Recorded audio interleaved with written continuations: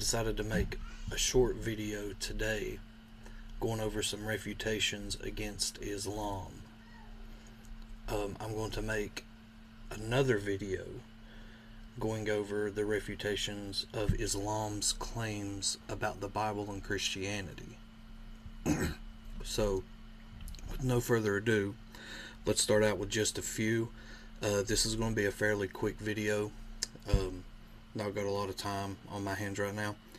So, the first refutation is that it seems like there's several different stories about how Allah created man in the Quran and different ways that they were created. So, in chapter 15, verses 26, it says that Allah created man from clay.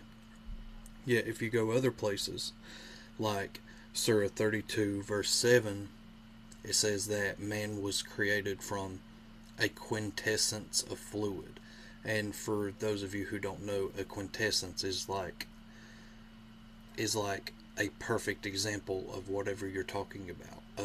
A lot of Muslim scholars in the hadiths say that this quintessence of fluid was a seminal fluid. And then you go on, in other places it says that man was made from dust. Then in another place, in Surah 21 verse 30, it says that every living creature was created from water. Now, another refutation is that they say that Allah is the only creator. Allah is the only being with the ability to create. But they do say Allah can grant that ability to other beings, but they specifically say that Allah is the only creator of man. Yet in all of these verses, if you read them, well, I won't say all of them, but most of them, it will say, we created man. We. So who is the we? I asked a Muslim this once, and he actually said that we was the angels that Allah created, placing the souls in mankind, but that's not creation. They didn't create that soul. They didn't create the being that the soul's going into. So that to me just sounded silly. Now, another good refutation for Islam is that if you talk to Muslims, they will say that the Quran is 100% scientifically accurate in all the scientific claims that it makes. They say that as science has progressed, that they have found that all the claims made in the Quran have been accurate. Now, that's not hard to disprove. So let's go into a couple of the ways that it's wrong there. It says in the Quran that how fetuses develop is the bones are developed, then blood, and then the flesh. But we know through science today that that's completely wrong, that organs and flesh are the first things to develop within a fetus, and then the bone structure develops later along with the organs and flesh. So that's one good way to refute that claim.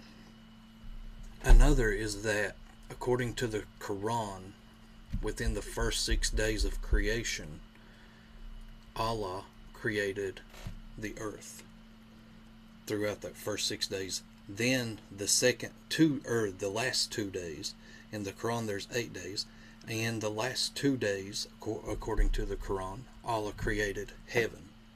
Now we know through science that heaven was created and then the earth was created, and that actually perfectly coincides with the claims made in the Bible. We're told in the Bible that in the beginning God created the heavens and then the earth. Now, the best refutation against Islam, to me, is Aisha. Many of you will already know where I'm going with this, but Muhammad was in fact a PDF. We're told throughout the hadiths that Aisha was 6 years old whenever Muhammad married her, and that Muhammad waited 3 years until she was 9 years old, and he was a 53-year-old man and consummated that marriage. Muslims say that Aisha, even though she was 9 years old, She was perfectly mature, mentally and physically. We know this is impossible. I've never seen a 9-year-old that physically mature. And in fact, I even got a Muslim in a debate not too long ago to admit that he actually had a 9-year-old daughter, and he admitted that if she was as physically and mentally mature as Aisha was, then he would allow her to be married to a good Muslim man, and he would even allow that marriage to be consummated. In no world or reality should you be able to imagine your 9-year-old being married.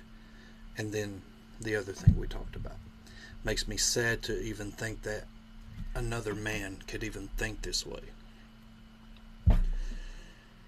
And even if you take that anecdote out of this, in no world should Muhammad, a 53-year-old man, been able to look at a 6-year-old Aisha and say, yes, I will marry her. And he definitely shouldn't have been able to say, she's not mature enough now, but let's see about 3 years from now. He shouldn't have even looked at a 6-year-old to make a decision whether she was mature enough to consummate a marriage. It's sickening. It's pure sickening. So this was just a quick video of a couple refutations against Islam. And like I said, in my next video, it's going to be a much lengthier video. That video is going to be refutations against Islam's claims against Christianity and the Bible. They're silly. They're easily explained. And I can't wait to get into that with you guys. Thank you guys for watching. Please like and subscribe for more videos. I can't do this without you. Thank you guys.